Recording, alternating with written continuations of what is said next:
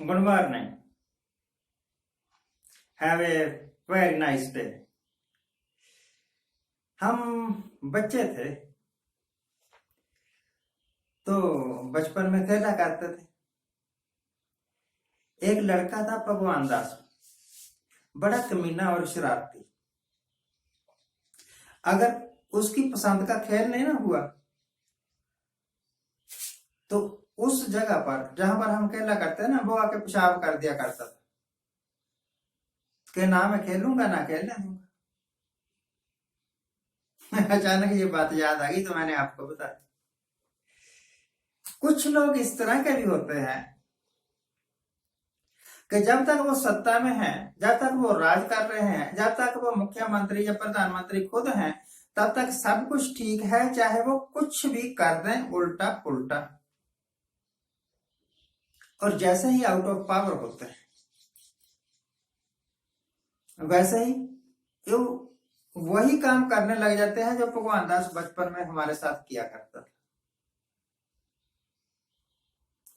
वैसे ये बदतमीजी है मेरे वास्ते बात करना, इस तरह की बदतमीजी है। और भगवान दास जैसे लोगों के लिए वैसे काम करना वो अति बदतमीजी है, परंतु होता है ऐसे ही। देखिए पिछले 15 साल से 20 साल से पंजाब में या कांग्रेस रही राज करने के वास्ते या बीजेपी वाले अकाली दल वाले रहे। 15-20 साल तक लगातार राज करते रहे ये लोग पंजाब में, कभी अकाली और कभी कांग्रेसी। कभी भी किसी को याद नहीं आया ना तो सतलुज के पानियों का मसला और ना ही खालिस्तान का मसला। अब जैसे ही ये आउट ऑफ पावर हुए, Congress is out of power, BJP is out of power in Punjab, Akali is out of power in Punjab, वैसे ही खालिस्तान भी उभर के आ गया। और समझ लो कि पानियों का मसला भी उभर के आ गया। अगर ये खुद नहीं उठाएंगे तो हरियाणा वालों को कह देंगे है तो हिंदी चीनी भाई भाई, तो हरियाणा से कोई उठ के कह देगा भूपिंदर सिंह हुड्डा, भूपिंदर सिंह हुड्डा, या कोई और हुड्डा, या कोई और बंसीलाल जैसा, कि हमें हमारे हिस्से के पानी दे दो। जब तू राज कर रहा था तब क्यों नहीं उठाया ये मुद्दा, अब क्यों उठाया? पटियाला में एक दिन पहले भी मैं बोला था, आज से 15 दिन पहले, कि पंजाब में खालिस्तान नाम की कोई चीज नहीं है, कोई एजिटेशन भी नहीं है, कोई मांग भी नहीं कर रहा है। पहले कभी यह मसला उठा था और वो भी कांग्रेसियों ने ही उठवाया था। तो अचानक कैसे पैदा हो गया कि हम खालिस्तान विरोधी रैली करेंगे? अगर आप इतने ही भीम हो कि तलवारें लेकर एक दूसरे के ऊपर टूट पड़ते हो, मार देंगे, काट देंगे, ये कर देंगे, वो कर देंगे, पता है कि पुलिस ने ना उनको मारने देना है ना हमें मारने देना है।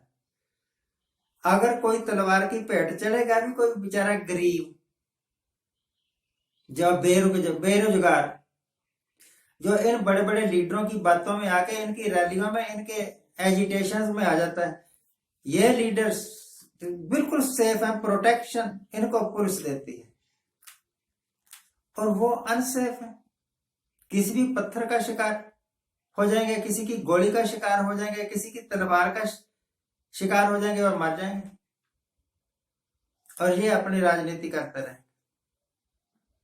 इनकी राजनीति में कोई फर्क नहीं पड़ेगा। सुल्तान आजम हिंद बोल रहे थे 2 दिन पहले की बात है कि राज्यों को पेट्रोल और डीजल पर टैक्स कम करना चाहिए, और वो कर नहीं रहे, इस करके पेट्रोल और डीजल महंगा है। अरे पहले मानस, तू ही क्यों नहीं टैक्स कम कर देता? 2014 में जो टैक्स 9% था अब इन्होंने 36% तक बढ़ा दिया है। जब 9% टैक्स लेते थे सेंट्रल एक्साइज ड्यूटी, उस वक्त भी तो मुल्क का गुजारा होता था। अब भी 9% ले लो, क्यों किया? 27% से ऊपर, तिगुना चौगुना। उतने का पेट्रोल नहीं जितना आप टैक्स ले लेते हो। कई तरह के टैक्स हैं, सेंट्रल एक्साइज ड्यूटी है, और पता नहीं कौन सा टैक्स है, इंपोर्ट ड्यूटी है, और ये आपका वैट है।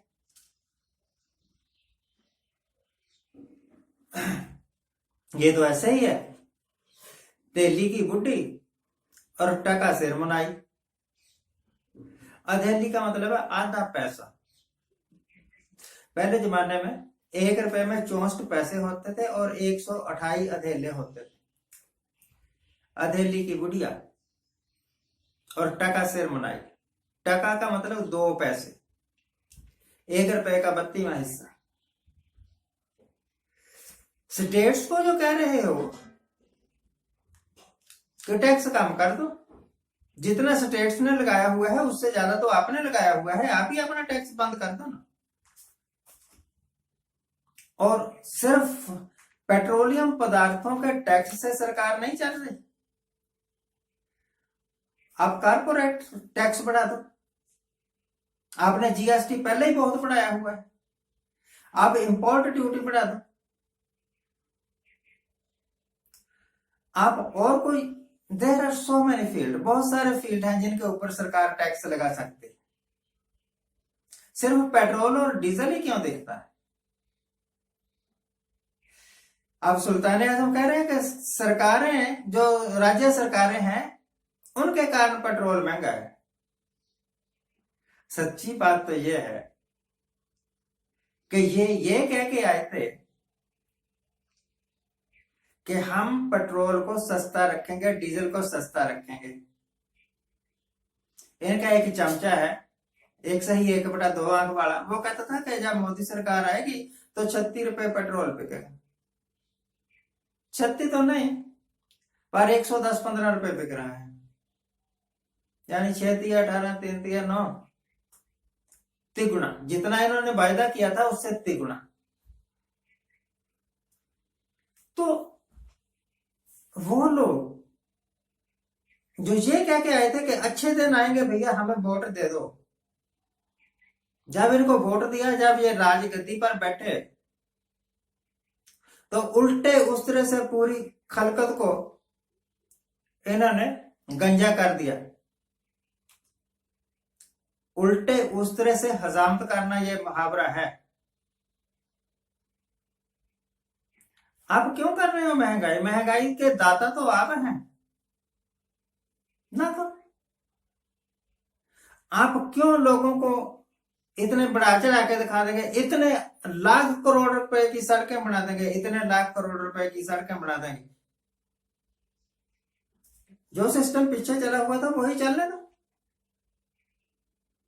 और अगर आपने अपनी मांग की झोली बहुत बड़ी कर दी है, तो उसको भरने के लिए सोर्सेस भी आपके होने चाहिए, क्योंकि महत्वाकांक्षा आपकी है और उसको पूरा हम करें, ये कैसे हो सकता है?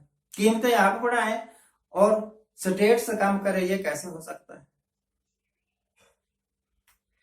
तो पंजाब में जो कर्फ्यू लगे, या जो दंगेबाजी हुई, हुल्लड़बाजी हुई, गुंडागर्दी हुई, उसको करने में यही है, हिंदू सेना वाले, अकाली दल वाले। 84 से पहले जब ये हालत बिगड़े थे, 84 में जो कुछ हुआ, उसके वास्ते भी अकाली दल जिम्मेवार था, बीजेपी वाले जिम्मेवार थे, और जिम्मेवार था लाला जगत नारायण। उस वक्त लाला जगत नारायण था। आप तो बीसियों हो गए हैं, जो भी उठता है वही लीडर, जो भी उठता है वही लीडर, जो भी उठता है वही हिंदुओं का रक्षक।